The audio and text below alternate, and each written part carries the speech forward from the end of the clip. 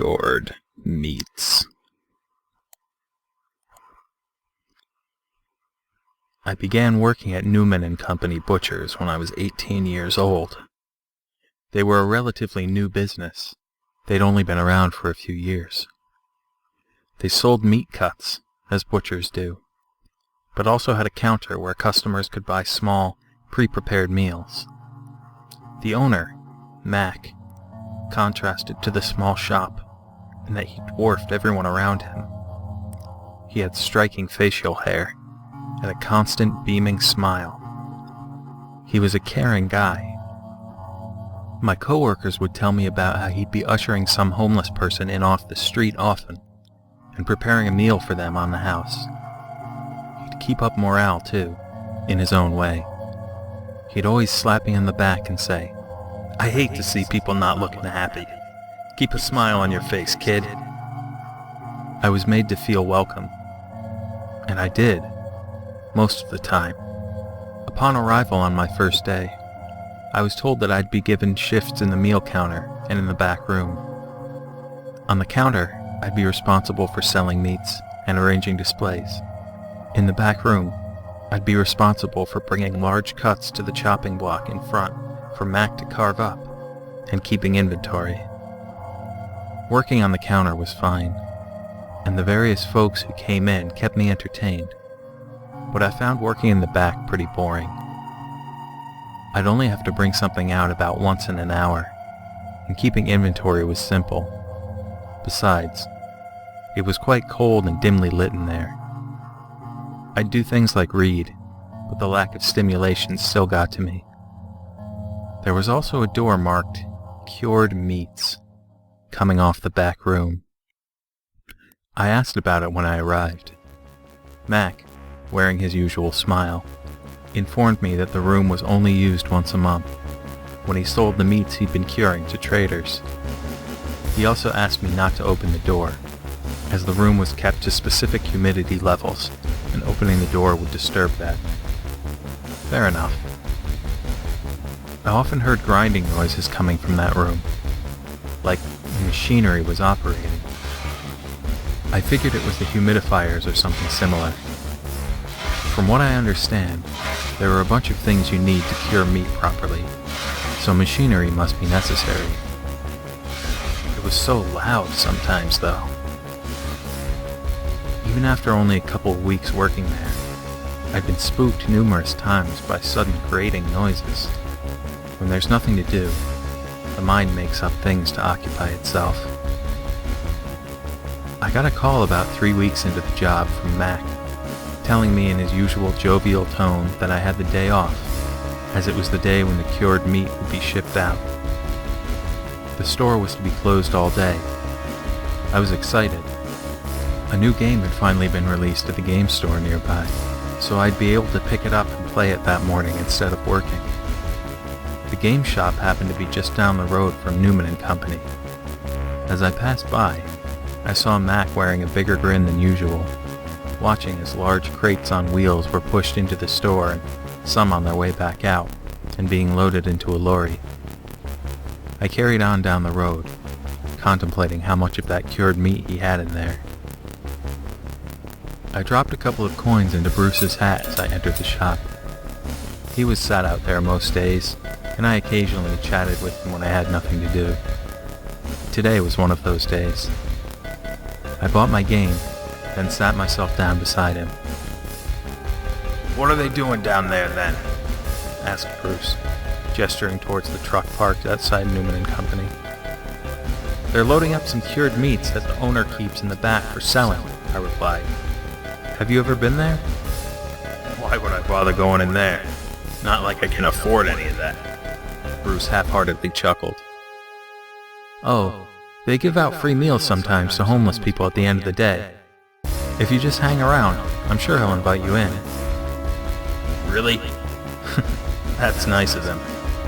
I'll be sure to get right on that." I made sure to remind him they were closed for today, and after a little more mindless conversation, I headed home to start the game. Work went on as usual after that. For a short while, anyway. After around a week, I heard the loud grating sounds coming from the cured meats room again. It had been mercifully quiet since the meat had been shipped out, but apparently the sounds were back, and louder than ever. I decided to ask Mack about it. It was giving me headaches. I caught his attention as I was leaving at the end of my shift, and asked him about the noises. He smiled and told me that it was just the machines. He said he absolutely had to have them in order to keep the temperature correct. He stumbled over his words and his brow furrowed a little. I hurried out. I was certain he told me it was the humidity that he had to keep consistent, not the temperature. Oh well.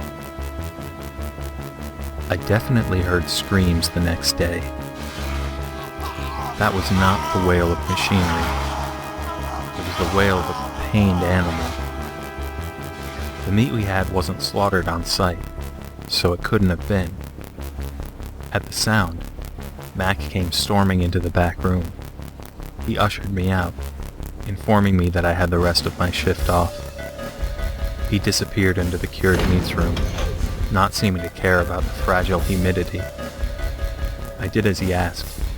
While a happy man, there was no denying that he could snap me in half if he ever wanted to. I had recently taken up shifts at opening time. I would open the shop, clean up for the workday, and serve any customers who came in that early in the morning. The shop opened at 7, so I was able to do this before school. On these shifts, I would be alone in the shop. I'd have about 15 minutes before Mack turned up. I figured that I'd do no harm by checking the cured meats room for anything weird. Approaching the door, I realized I could hear the grating sounds from inside. Mack hadn't been in, so he could not have activated whatever machines were in there today. I could feel the vibrations through the metal door handle as I turned it. It was locked, of course.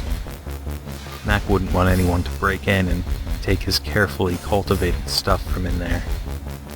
He most likely would bring the key in with him. I wanted to know what it was like in there, so I hatched my plan. I decided to nab Mack's key when he went on one of his various smoke breaks, which wasn't as hard or riddled with unexpected issues as I would have thought.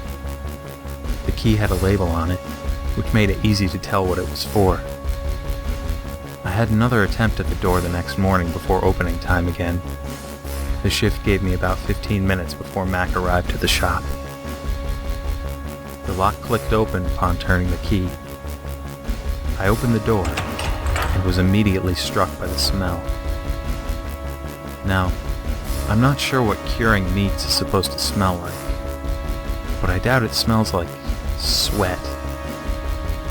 The dark room stank of overwhelming BO. There was an undertone of feces in there too. I gagged and pulled my apron up to cover my nose. I also realized how warm it was in there. I was sure that it was far too hot for curing meat, but hey, what did I know? I was also dismayed to find no light switch on the walls. I dragged my hand along the wall to see if I could find it, covering them in water. Mack wasn't wrong about the humidity, but to no avail. Using the light from my cell phone, I ventured further into the room. There weren't any of those machinery sounds. I assumed Mack had turned them on in the morning when he came in. The room was big and misty to the point where I couldn't see the walls with my phone. However, I could see no meat hanging from the ceiling. I found that strange. With the amount that's shipped out, surely it must have filled the room. All of a sudden, the grating noises that had been causing my headaches for weeks started up again, despite the fact that no one had turned them on. They were particularly loud to my left, so I slowly moved along the wall to check. My foot hit something heavy on the floor. Shining the light down, I saw it was a large chain tethered to the wall, and to my horror, it shifted on its own. Something was in here, alive, and on the other end of that chain. At first, all I saw was a pale human foot, a emerging from the shadows into the stark light I was holding. It had long toenails, was pale and pasty. As the equally naked leg appeared, I noticed the wet sheen it had on it. That explained the sweat smell. The creature slowly revealed more of its body, stooped and hung low, completely naked and pale, damp white. It began to make those wailing noises I'd heard, like an animal in pain. As horrified as I was, I kept my composure, as it didn't seem to be aggressive toward me, until I saw its face. It was definitely human, no doubt about that, but its mouth was anything but. It was forced wide in a tight, sickening grin, its teeth in plain view and its lips cracking. The corners of its mouth were held up and out by two large silver hooks strapped to its head. The thing had dried blood drawing lines down its chin where it had been pierced. The smile was made more unnatural by the pain in its eyes, and the cheeks stained with countless tears.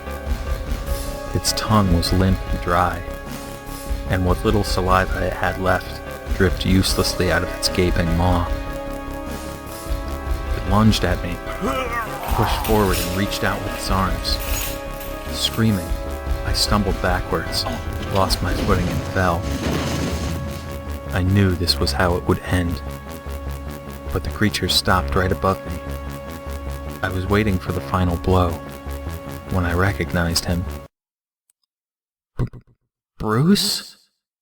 I whimpered, my voice cracking. He nodded and got off me. I looked at him again. It all just seemed so unnatural. His eyes showed pain, but his mouth was a different story. He motioned his arm behind him, and to my horror, more of the creatures, no, people, emerged from the darkness. They were all in the same condition, and their eyes held the same pain. I realized I recognized one of them. I saw him being ushered in by Mack as I left work one day, smiling as he was offered a meal. I needed to get away. I had to help these people. I told Bruce I'd come back with help, and ran to the door, which knocked me flat on my back. Mack stood in the doorway, arms crossed as he scowled down at me. "Well, hi, son. What are you doing back here so early?" He chuckled, his eyes full of menace. I saw this rat, and it ran in here. I didn't want it to mess with any of your stuff, so I followed it." "You're damn right a rat got in here," he growled, walking toward me. "I'd better deal with it before it does any damage." I saw a glint of the cleaver as he advanced toward me. I backed off into the dark room. "Why did you do this to these people? What the fuck are you?" I cried, walking backwards. These poor people. They were so sad. I had to help them. Mack's voice sounded truly pitiful, which confused me. I saw them all the time. Those people with no homes and no smiles. He lashed out at me with the cleaver. "My father always told me to smile. Be happy. I should never be sad." He continued his advance. I turned off my phone light and sprinted into a corner where he couldn't see me. I could still hear him lamenting. "If I was sad, he used to beat me. Beat the sadness, beat the sickness out of me. I learned not to be sad. Even when my father passed away, I beamed at his funeral." I heard his voice getting closer, so I ran in another direction. The trapped people hid me between them. I saw all of those people, and I realized they should be happy too. Mack knew where I was and got closer. But when I gave to them, even without any reason, they still didn't wear smiles. They were still sad. They were all so sick. He appeared as a silhouette in the fog. But look at them now. Look at all those lovely smiles. I knew they could be happy. They are not sick anymore. They are cured. On that word, he lunged once more towards us. However, he'd gotten too close. My eyes were closed, so I missed it when Bruce leapt towards the huge man. I did, however, see the others join him. He fell and was yelling and screaming, but it was mixed with the wails of those trapped people too. He was armed and they were not. I took my chance and sped from the room as quickly as possible. Those shouts never left my mind. Of course, I called the police. They quickly subdued Mack, and the ambulance service got those people to safety. A few weeks later, I checked in with the investigation. I was wondering what was happening when those cured meats left the shop. "Oh yeah," the gruff officer replied. "Those vans were from some foreign place. We're in the middle of trying to catch them right now." "For what?" I asked. "They were part of some large human trafficking ring. Newman and Company were just another supplier." He shuddered. I went silent at the thought of the countless people that had been exported. It's safe to say that from that point on, I became a strict vegetarian.